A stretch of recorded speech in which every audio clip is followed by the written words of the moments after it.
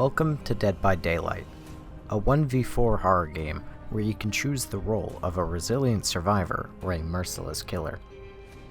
Here are a list of timestamps for topics which will be discussed within the video.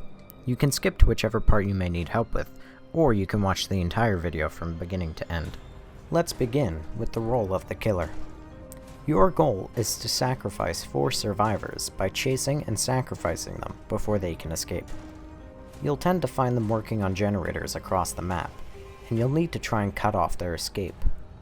The survivors will try to delay you by using pallets and windows to their advantage. Pallets can be broken after being used by a survivor, and windows will be blocked after the 3rd vault. Once you've caught a survivor after hitting them twice, you'll be able to pick them up and place them on a hook to begin the sacrificing process. You will need to repeat this process 2 more times to fully sacrifice a survivor. Not all killers are built the same.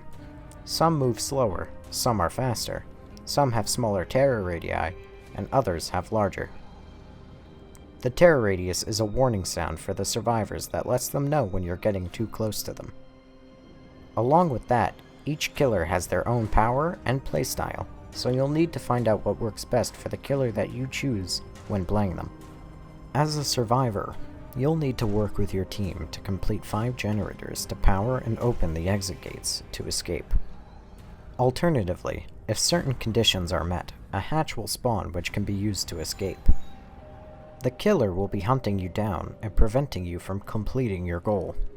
To make survival easier, working with your team will make actions go faster, along with items that you'll be able to find in chests. These items include toolboxes, which increase your generator speed, flashlights, which can be used to temporarily blind the killer, medkits, which can increase the healing speed or allow you to heal yourself, maps to find and keep track of things around the playing area, and keys, which can open the hatch if it is closed. When talking about the killer role, I mentioned the terror radius. The terror radius is an AoE warning for survivors that lets you know when the killer is near. Most of the time, it will sound like a heartbeat or the killer's theme song. You, as the survivor, are able to use pallets to block the killer's path, or take shortcuts, such as windows, to force the killer to go around. You can find pallets spaced out around the map, either around some debris or structures. As for windows, you can pretty much find them anywhere you look. Moving on to player progression, one of the first things you may notice is the tab on the right side with an eye on it.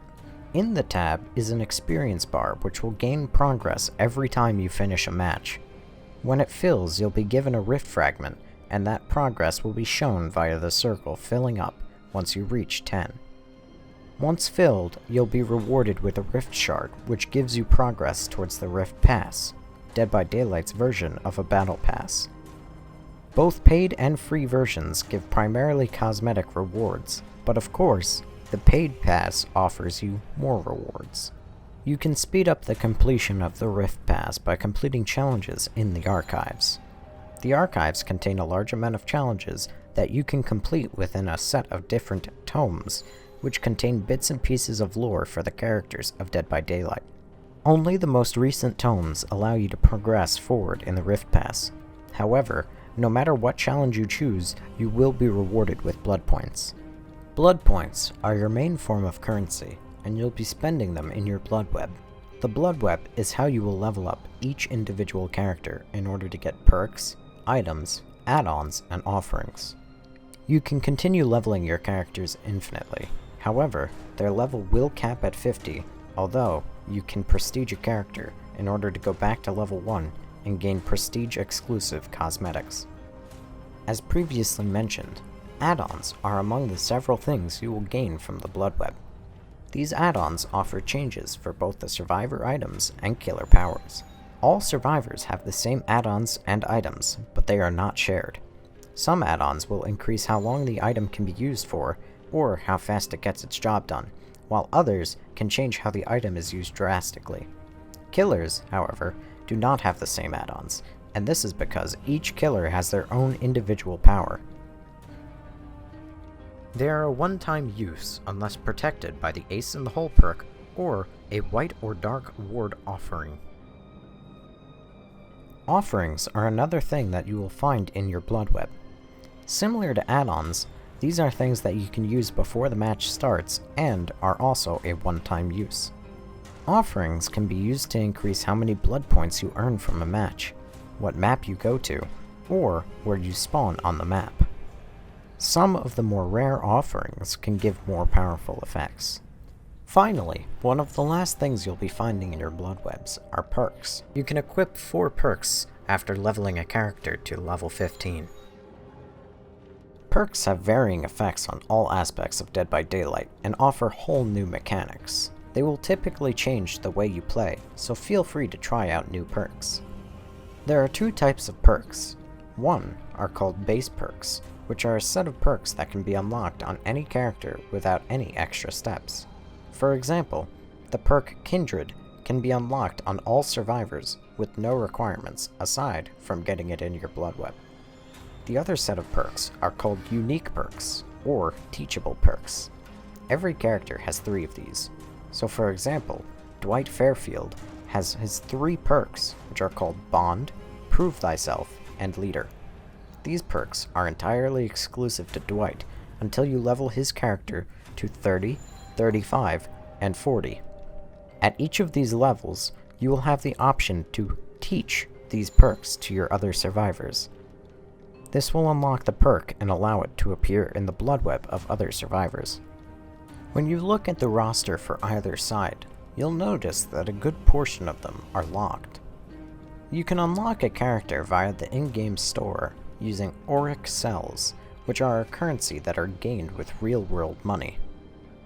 Some other options you have are buying the character with iridescent shards, which you can gain by playing matches and leveling up your player level, not your character level. Not all characters can be bought with iridescent shards. Only characters that were created by the Dead by Daylight team can be bought with those shards.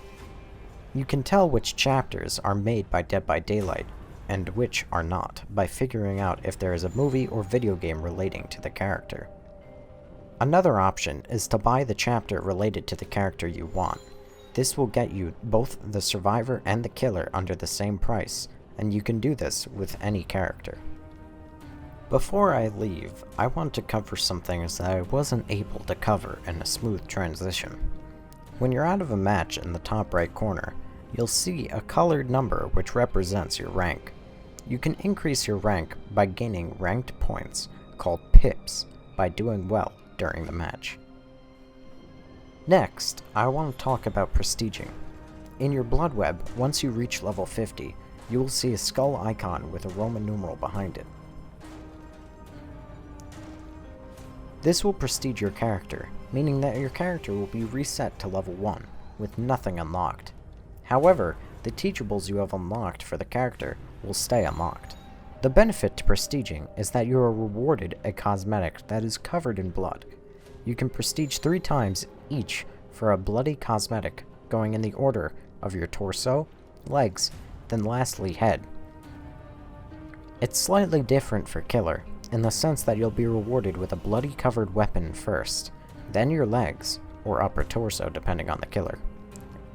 Moving along, another mechanic of the game that is important are the status effects in the game, which currently show what you are afflicted with. They'll show up as small circles with symbols inside them on the right hand of your screen.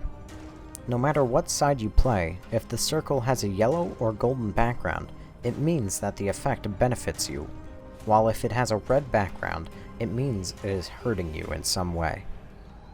On screen will be some examples of effects that benefit you and hurt you.